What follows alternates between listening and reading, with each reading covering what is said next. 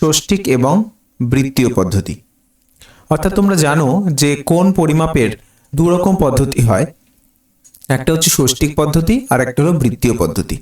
ষষ্ঠিক পদ্ধতির ক্ষেত্রে অর্থাৎ প্রথম পদ্ধতির ক্ষেত্রে আমরা ডিগ্রি এককে কিন্তু কোণ মেপে থাকি, তাই তো?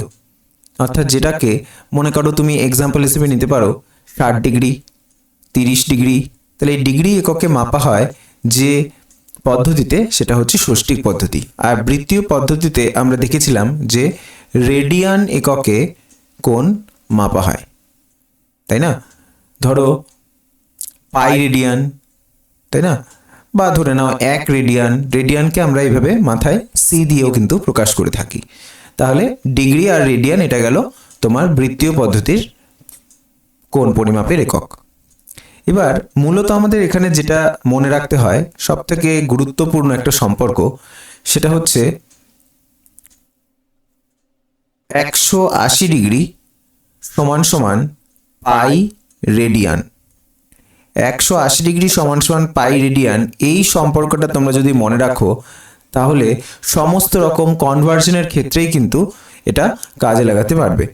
যেমন ধরো একটা এক্সাম্পল হিসেবে বলি তোমাদের, এখানে হয়তো দেওয়া আছে 90 ডিগ্রি। 90 ডিগ্রি সমান, এটা দেওয়া আছে হচ্ছে ষষ্ঠিক পদ্ধতিতে, তোমাকে বৃত্তীয় পদ্ধতিতে পরিবর্তন করতে হবে। তাহলে আমরা কি জানি?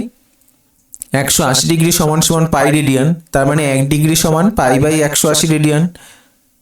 অর্থাৎ 90কে তুমি পাই বাই 180 দিয়ে গুণ করে দাও আর পাশে লেখো রেডিয়ান।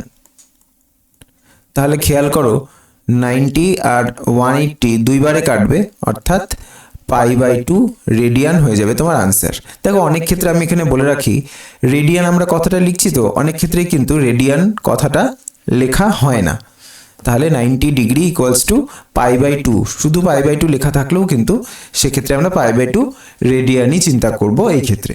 ওকে, তাহলে এই সম্পর্কটা তোমরা মনে রাখবে। এটা কিন্তু শর্ট কোশ্চেন বা অনেক বড় অঙ্ক করার ক্ষেত্রেও কিন্তু এটা কাজে লাগে।